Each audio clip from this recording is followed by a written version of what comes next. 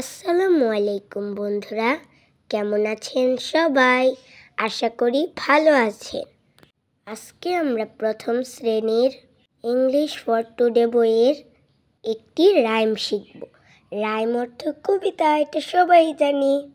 আর রাইমের নাম 1 2 3 4 5। তো শুরু করি। 1 2 3 4 5।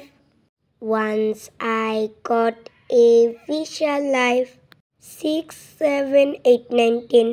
Then I let it go again. কবিতাটি এখন আমরা অর্থ সহকারে পড়ব। 1 2 3 4 5। 1 অর্থ 1, 2 2, 3 3, 4 4, 5 5। 1 2 3 4 5। 1 2 3 4 5। Once I caught a fish alive. Once অর্থ একদা বা একদিন।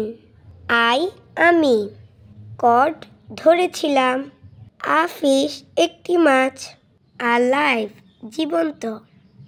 Once I caught a fish alive. একবার আমি একটি জীবন্ত মাছ ধরেছিলাম। 6 7 8 9 10।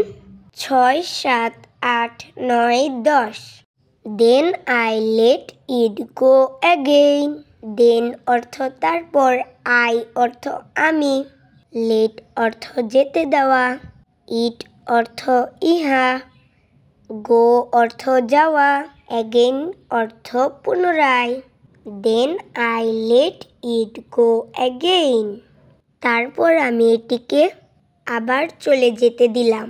বন্ধুরা, ভিডিওটি দেখার জন্য অনেক অনেক ধন্যবাদ। আর সবার জন্য শুভকামনা রইল।